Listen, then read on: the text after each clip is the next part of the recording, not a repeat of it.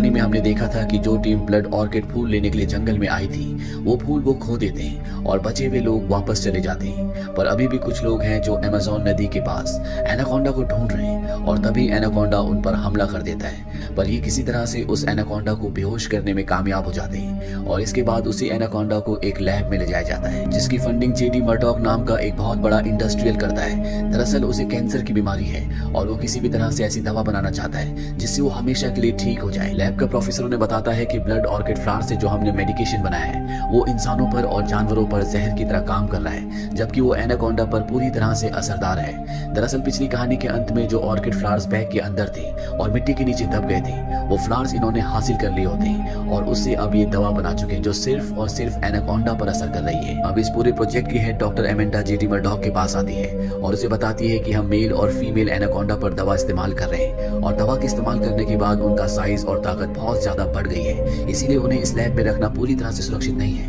हमें उन्हें किसी सुरक्षित जगह पर ले जाना चाहिए। जेडी मर्डॉक उसकी बात मान जाता है। डॉक्टर एमेंडा और प्रोफेसर यहाँ से चले जाते हैं। वहीं लैब के अंदर जेडी मर्डॉक एनाकोंडा को देखने के लिए उसके ऊपर टॉर्च की फ्लैश लाइट चमकाता है, जिससे एनाकोंडा आउट ऑफ कंट्रोल हो जाता है। वो पहले से बहुत ज्यादा ताकतवर है, इसीलिए वो ग्लास को तोड़कर बाहर आ जाता है। जेडी मर्डॉक यहाँ से भाग जाता है, लेकिन अब एनाकोंडा कई लोगों को मार चुका है और इसके बाद वो डॉक्टर एमेंडा और प्रोफेसर के सामने आता है। एनाकोंडा प्रोफेसर को अपने फंदे में जकड़ लेता है। उसी वक्त डॉक्टर एमेंडा यहाँ से भागने में कामयाब हो जाती है। वो जेडी मर्डॉक के पास जाती है और उसे बताती है कि जो एनाकोंडा आजाद हुआ था उसने फीमेल क्वीन एनाकोंडा को भी आजाद कर दिया है, यानी कि अब दो खतरनाक एनाकोंडा जिनकी शक्ति और साइज पहले से भी ज्यादा बढ़ चुका है वो यहाँ पर आजाद घूम रहे हैं। जेडी मर्डॉक अपने असिस्टेंट पिंकस को कहता है कि हमें किसी भी कीमत पर उन्हें पकड़ना होगा। अगर गवर्नमेंट को ये बात पता चल गई कि हम गैर कानूनी तरीके से एनाकोंडास को पकड़कर उनके ऊपर एक्सपेरिमेंट्स कर रहे थे तो हम सब के सब सलाखों के पीछे होंगे। अब इस सांपों को पकड़ने की एक टीम को बुलाते हैं।